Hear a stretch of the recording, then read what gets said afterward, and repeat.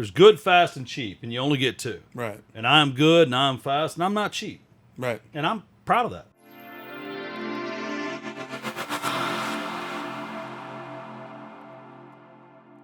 She puts herself out as like an advisor. Mm-hmm. I don't. I'm a facilitator. You want to buy the house, I can fund you quickly, right? Like, Right. we're not, I'm not your mentor, I'm not your savior, I'm your lender. Well, we've talked about this before, where with hard money, Private lending. apologies. I know it's hard. With private lending, hard money, whatever, you're servicing a niche of people that are trying to buy, flip, wholesale, whatever property.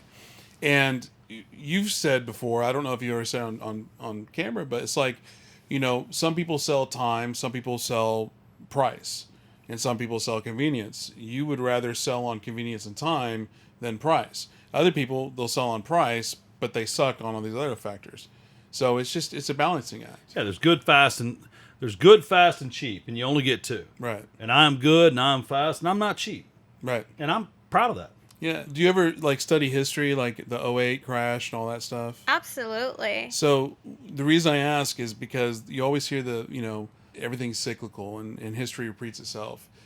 Are there things that you've seen, and I'm asking from naiveness and not really knowing, like '08, because you see on the benches, like, that it seems like some of these mortgage companies didn't learn their lesson, 15, 16 years ago.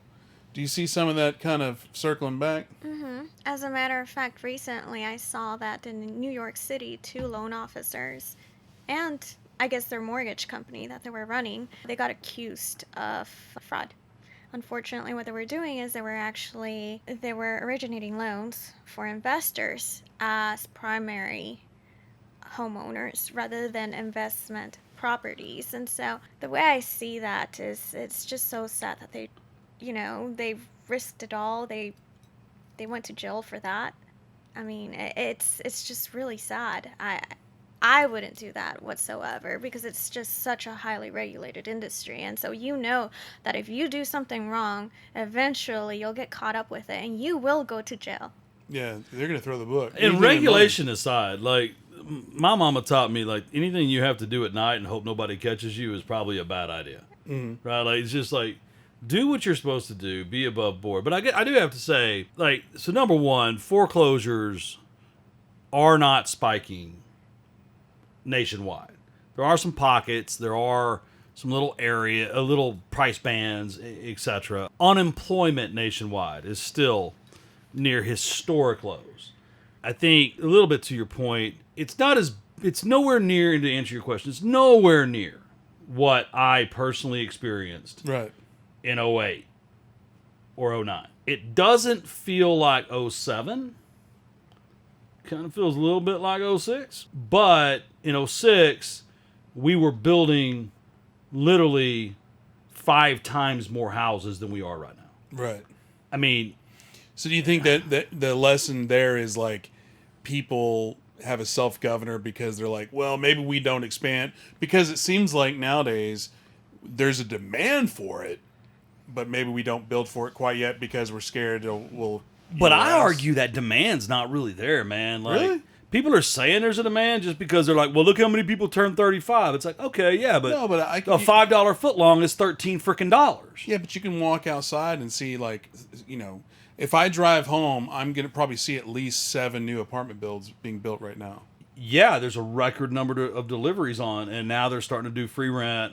Now they're starting to do... Okay. Because you got to remember, every one of those apartments was started in 21. Yeah. Right, that land was bought in 20 or 21. So when they come live, then the vacancies are going to be high because... Yeah, most of those developers will be in foreclosure. Yeah. A lot of them are now. Yeah, a lot of them have already been through foreclosure once or twice. Yeah. Because their performance they're done. I mean, talk about dead man walking. I mean, imagine having a $100 million mortgage, trying to figure out if you're going to lose 20 or 30 million. Like, yeah. So the multifamily market, I don't. No, and what's happening is I will say this, and you probably experience this a lot because you work more with consumers than I do. Like, people are hurting with inflation, right? They I are. mean, and so what you're seeing is these 35-year-olds, these 30-year-olds, these 25-year-olds that would have been homeowners, they're like, man, mom, dad, can I live with you?